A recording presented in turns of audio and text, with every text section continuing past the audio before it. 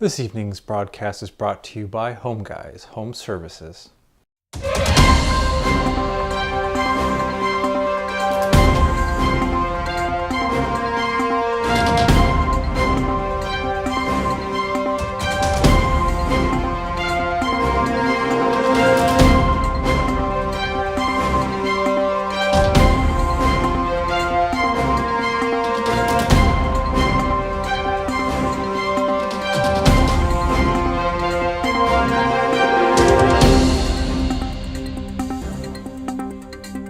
Hello, and thank you for joining this broadcast of Port Angeles News. I'm your host, Arthur Wojnowski. We begin this broadcast with an update from the City of Sequim. I joined the Assistant City Manager, Joseph Irwin, who provided the following video to learn more about the city's goat vegetation control program. Hi, I'm Ty Brown, Public Works Operations Manager for the City of Sequim. I'd like to introduce our goat project here at one of our stormwater ponds. The reason we're introducing this project is to help take care of invasive species such as blackberries, Scotch broom, thistles, random sticker bushes. The reason why we'd like to introduce goats here is because the hills and the terrain are so steep it's hard for crews to get up safely and weed eat and manage this brush. We'll end up spending thousands of dollars every year to try to keep these weeds under control so it doesn't choke out our stormwater ponds. Well, I'm here with Hercules and Aries. We're taking a look at what they did in the course of a couple of days, and not too bad. They went after a lot of the blackberries. I think we learned a couple of good lessons here. One is probably not put all this straw down, because we caught them munching on straw quite a bit when we wanted them, no, don't untie my shoe, when we wanted them to be eating blackberries. So we'll take that into account. The time of year is a bit of a challenge too. As you can see, these aren't the most appetizing looking blackberries, and if we get them into an area where the vegetation is just coming out and it's just starting to get green, then I think that it might work a little bit better. So the applications that we're really thinking of for the goats are our city stormwater ponds, and those are really not overgrown with blackberries. A lot of other vegetation, nettles and whatnot, that I think they'll probably like a little bit better. So I think that it certainly was an interesting enough and successful enough venture that we're going to try it and do it a little bit longer. Probably have these guys or some of their buddies out for a week or so and see what they can do just as the plants are starting to bud. So all in all, I think it's a pretty good job. And one thing I can guarantee you about these two big boys is that they'll be back. The City of Sequim believes testing showed promising results and good potential for steep slope terrain. Sequim City Council approved Devon Court binding site plan for condominium development and final build-out for Sherwood Village. Thank you, Charlie. Good evening, Mayor and Council, and for the record, Joe Irvin, Assistant City Manager for the City of Sequim. This binding site plan serves as the official land use application pursuant to Chapter 3670 RCW. Binding site plans provide an alternative for conventional platting, different from subdivision acts, that allow more flexibility for condominium developments, and that's what we're seeing here tonight. The Planning Commission met on February 20th. They held a public meeting on the Devon Court preliminary binding site plan.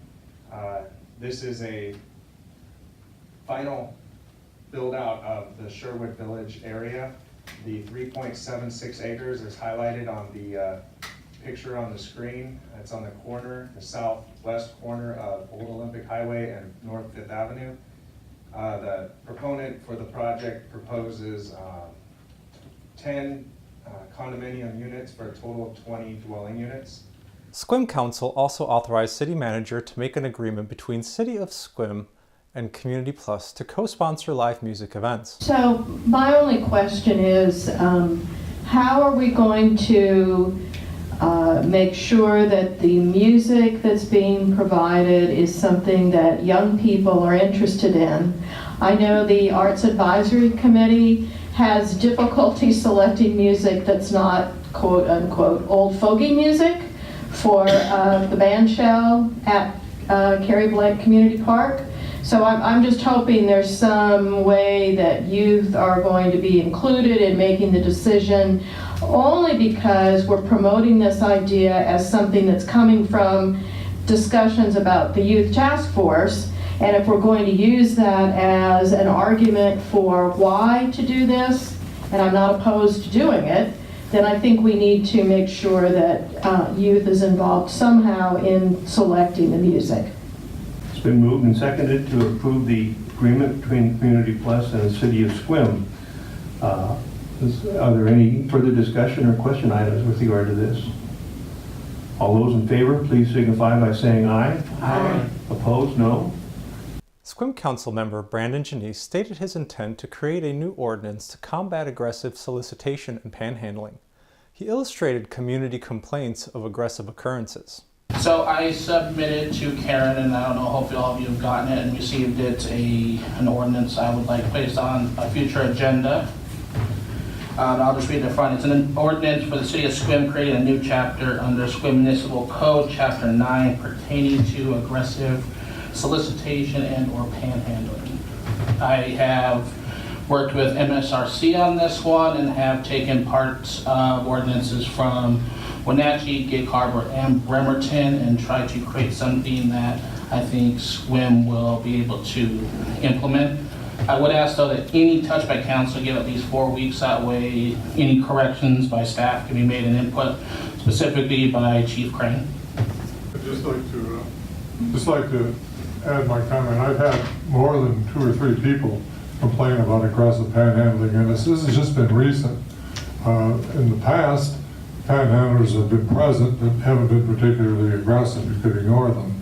But I've had a couple people say, you know, this person just basically went into my face and said, I really need the money, you know. So I'd like to say that when I go to Safeway and I am approached going in and out of the store by various people wanting money and following me into the store, I feel intimidated by that, and it's happened to me more than once. And I certainly wouldn't call the police and say this person's harassing me. Because what I feel is that the objectionable behavior is not, it is the panhandling itself. So I feel that there are probably other people who don't call and complain about such things. Partially because the police are going to say, well, it's a societal problem, that's a homeless person who just needs money. I don't feel that we as a city take panhandling seriously as an offense, and it has to become this giant issue before a person calls. So I like to say that I appreciate that Councilor Janice brought this forward, because I think it is an issue that bothers people in the community, that we don't really know how to complain about. And I think we're looked down on for complaining about anything that has to do with the homeless. And I'm just thankful that someone brought it forward for discussion. Thank you. The agenda item was tabled for further consideration. If you are interested in watching the full Sequim City Council meeting, you can watch the meeting at our Port Angeles News YouTube page by searching Port Angeles News in the search bar. While you are there, like and subscribe to the channel to receive other content not aired on this program. And now let's take a look at our weather for the week. Friday, cloudy with temperatures in the low 50s and overnight in the high 30s.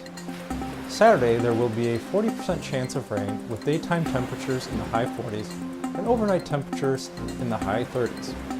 Sunday, 30% chance of rain, daytime temperatures in the high 40s, overnight temperatures in the high 30s. Monday, partly cloudy, daytime temperatures in the high 40s, overnight highs in the 30s. Tuesday, mostly sunny, daytime temperatures in the low 50s and overnight temperatures in the high 30s. Wednesday, 60% chance of rain with daytime temperatures in the high 40s and overnight temperatures in the low 40s. Thursday, 30% chance of rain with daytime temperatures in the high 40s and overnight temperatures in the high 30s. Now, news from Port Angeles. A group held a die-in to protest the NRA's opposition to common sense gun laws, and students protested school shootings. We are protesting the National Rifle Association's support or opposition to sane gun laws. Well, we want background checks, we want banning of all assault weapons, we want an age limit in the age in which people can buy guns, we want proper registration, a whole number of just sensible things to treat guns the way cars are treated, essentially. It's kind of crazy right now because you can buy handguns at one age and automatic weapons at another. I think they should all be at least 21. Some would say. My name is Emily. Okay, and what are you protesting here today? I am protesting gun violence, specifically school shootings. Okay, and what do you believe should be done about it? I think that there are a lot of different steps that we can take. I think that waiting periods should be put in place where you can't just go and buy a gun and take it home with you that day. You should at least have to wait a week. I think background checks should be more universal. I think mental health evaluations should be required. I think that you should have to take a test to be able to buy an assault weapon or any form of weapon because, I mean, you have to take a test to drive a car, so you should have to take a test to have a gun. Okay, and is there anything more specific that you can tell me about in terms of your beliefs in those areas? Like, for example, you said tests. What kind of tests would you say would be a good requirement for ownership?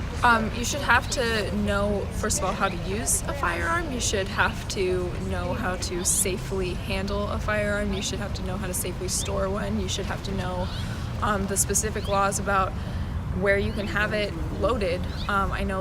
I remember from hunting that you are not allowed to have your gun loaded in your car, and I think that I know that a lot of people don't follow that, and I think that maybe some of that comes from them not knowing, and I think people should have to be tested and know how to safely handle a firearm before they're allowed to own one. We spoke to a few people attending the Friends of the NRA dinner and got their reactions to the protest.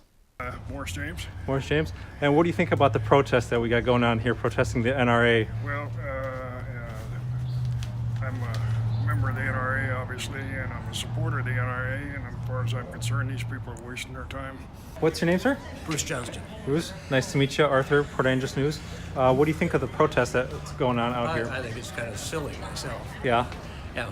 I think the NRA is a great organization, and that these people just don't understand. And I don't know if you heard some of their reasons why they're protesting, saying that they need age restriction for people to own firearms to be at least 21. They believe that there should be testing in terms of like DMV style testing for proficiency and understanding. And well, the NRA does proficiency testing. They were behind getting Washington's original, in the 1960s, behind getting the original safety certificates for 16-year-olds and under. People should be taught how to use weapons and to respect them and to treat them safely.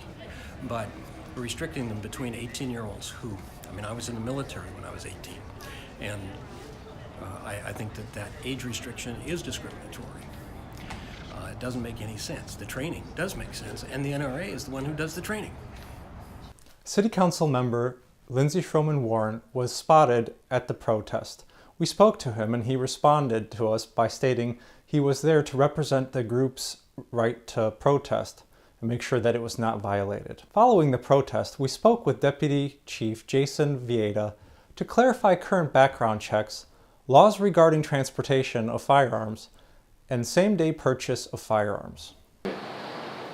So I'll start with the background checks regarding concealed carry pistol licenses, and the purpose of the background check is to ensure that we're not giving somebody a permit to carry a concealed pistol who is prohibited by law from possessing a firearm. For example, they've been convicted of a felony or a domestic violence offense, or they have a warrant for their arrest, or they're free on bail, or their firearms have been forfeited in the last 12 months, etc. So that's basically the purpose of the process. And before that process happens, the person gets fingerprinted so that law enforcement can verify that the person that we're contemplating giving a permit to is actually the person they claim to be, and so that we're matching the right criminal history with the right person. Okay. So I think it's really important as we begin this conversation to remember that all 50 states have different laws. Right. Okay, and so Washington is a unique state, and Washington is an open carry state. So it starts with Washington's law allowing Washingtonians to walk around with a gun on their hip in plain view that everybody can see, a pistol in a holster, or even a rifle on a sling, or a shotgun cradled under their arm, pointed at the ground. And you can walk around like that in Washington with some restrictions, such as obviously, I think everybody knows our schools are gun-free zones. I think most people know not to go to a bar and drink with a gun on your hip, and I think a lot of people even know you're not supposed to go into the post office with a gun. But anyway, so those are some of the exceptions to Washington's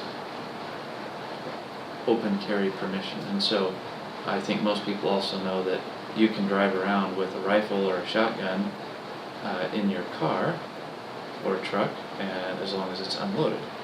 And if you want to carry a loaded pistol in your car with you, then you first need to get a concealed carry permit, and that's the exception, or that's the process that allows people to have a loaded handgun in their motor vehicle.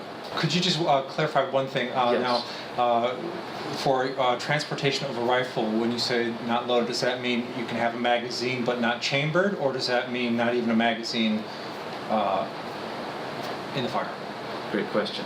So, with a long arm that is fed by a removable box magazine, you may have the magazine in the firearm so long as the magazine doesn't contain ammunition. And you may have that in your vehicle, and that's perfectly lawful. But you are outside the law when you take a detachable box magazine that has ammunition in it, and you insert it into the rifle while the rifle is in a motor vehicle. That's a loaded rifle in a vehicle, regardless of whether or not you've worked the action and put a round into the chamber. Okay, so if a magazine has ammunition in it and the magazine is in the well, that's a loaded rifle. Okay, and so your question wasn't about tubular magazines, but I'll be happy to answer that. Like lever action rifles and pump action shotguns are typically fed by tubular magazines. If you have ammunition in the tube, even though you haven't worked the lever or the pump to put a round into the chamber, you still have a loaded long arm in a vehicle. It's unlawful. And just remember that concealed carry permits give you an exception that allows you to carry your loaded pistol in your motor vehicle, but it doesn't give you an exception for carrying loaded long arms, rifles, and shotguns in a vehicle. So, do you have any other questions about Washington's I do. firearm If you laws? could just clarify one thing for me, and that is you had mentioned about schools. Now, I believe there is an exception for pickup of a child not directly going into the building, if I remember correctly. The parent involved in a pickup, there is an exception where if you have a concealed carry permit, you are permitted to go on school premises to pick up a child. On the OSPI website, the website for the Office of the Superintendent of Public Instruction, they explain that Washington state law allows for such an exception for parents who have concealed carry permits issued by law enforcement. Port Angeles City Council will hold their second hearing on the ordinance to ban single-use plastic bags next Tuesday, March 20th. If you would like to voice your opinion for or against the plastic bag ban, make sure you attend this meeting. This week, we start our new series, Meet Your New City Council. We interviewed our first council member, Lindsay Schromen-Wawrin. Here's a little bit of the interview, which ran just a bit over 2 hours. What's your morning routine like? How's it changed from when you were not on the council? I mean, I get up and I check email, which is about the same. Yeah, no, it's a good question. I mean, the main thing is going from practicing law, which is what I do professionally, to now being on the council. There's a whole nother inbox in my email client. And sometimes I go to that first, sometimes I go to my work one first. But it's juggling a whole nother variety of tasks, a whole nother set of and commitments and deadlines, and oh, is this meeting happening, and did it get canceled, and all of that. So I generally do the same thing, which is I get up and turn on the computer. Usually turn on the computer first and try and get something out of the way. Yeah. And then coffee or tea guy in the morning? I usually don't drink coffee or tea. Coffee, if it's actually caffeinated, makes me pretty jittery. I think I'm fairly sensitive to it. And so then I try and focus in on, analyzing an ordinance or reviewing a case or drafting something, and it'll distract me. So I don't necessarily like that. Sometimes I'll drink tea, but then I often forget about it. So in that case, usually something that is okay when you reheat it again later. Council, it's not a high-paying position. So has that put any strain on you financially to be able to do this, to be able to serve the population? Yeah, so my partner and I are pretty fortunate. We were able to buy a house in 2013, so we have a pretty low mortgage. We don't have kids. Kids are great, but there's also a cost. And we both have jobs that bring in enough income to make ends meet, but it's not spectacular. We go on road trips. We don't fly to foreign countries for vacations, that sort of thing. And so, no, it's been fine with the income load. I describe my law practice as low overhead, low revenue. I mean, I'm working mostly for people who can't afford standard rates for attorneys anyway, so I'm not billing people the rates that we often hear about attorneys billing. And fortunately, one of my main clients said, hey, we want to give you a raise in your per hour rate. So that's been great, because that's allowed me to back off in hours and still be able to earn a similar income to last year. But yeah, no, it works out, but it's nothing spectacular. There's no plans to move into a bigger house. We just live in a little house in the middle of town on South Cherry, or North Cherry, I mean. Yeah. Let's jump back real quick. You were talking about campaigning. How was that experience for you? And why don't you tell me also a couple of stories, if you have any, that are interesting from your door-to-door knocking? Do you want the funny stories or the serious stories? Well, whatever you want. Yeah.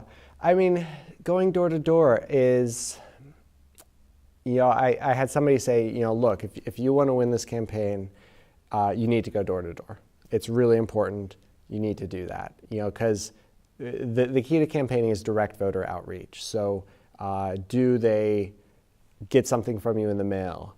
Does a voter, talk to you, interact with you? So having the candidate knock on your door and say, hi, I'm Lindsay, I'm running for Port Angeles City Council.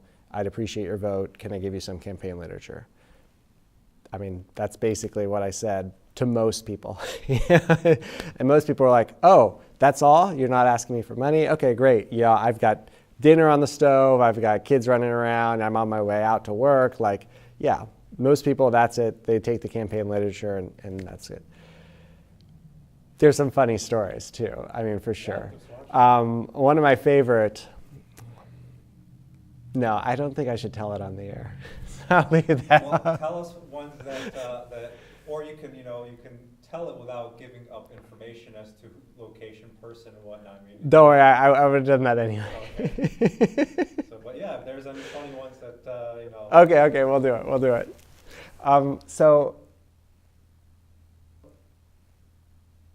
So I knock on this door.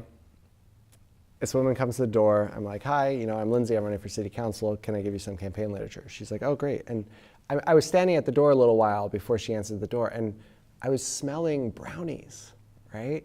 And so before she turned away, I was like, are you baking brownies? And she said, no, it's actually this incense. It's this brownie flavored incense. And I was like, it smells really good. It totally smells like brownies. Like, I totally thought that you were just baking brownies. She's like, no, it's my favorite incense. I was like, where do you get it? And she was like, well, I've only been able to find it at one place. You know the porn store? And I was like, oh, by the post office? She's like, yeah, but it's the only thing I buy there. So let's jump into from campaigning at the door-to-door to another thing that you mentioned, your opponent, which was me. Thinking back onto all the debates that we've had, tell me your experience of the actual debates where you actually had to be up there with me, going against me. What was that like for you? How did you size me up?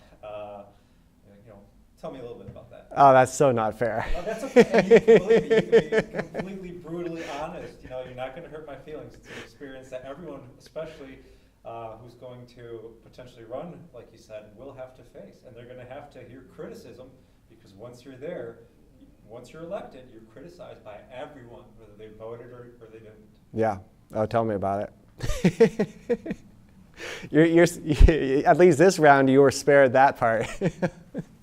So, yeah, as you pointed out, Arthur, we were opponents in this race. And so we had a lot of time together at forums. This was different civic clubs, different non-governmental organizations hosting these candidate forums, either for their own membership or for the public at large, or on the radio or whatever. And so we were debating. I really appreciated you as a candidate in that both of us kept it about the issues, and I don't think we jabbed each other personally. And so it's something where I like that we were talking about the ideas. Your opponent, which was me.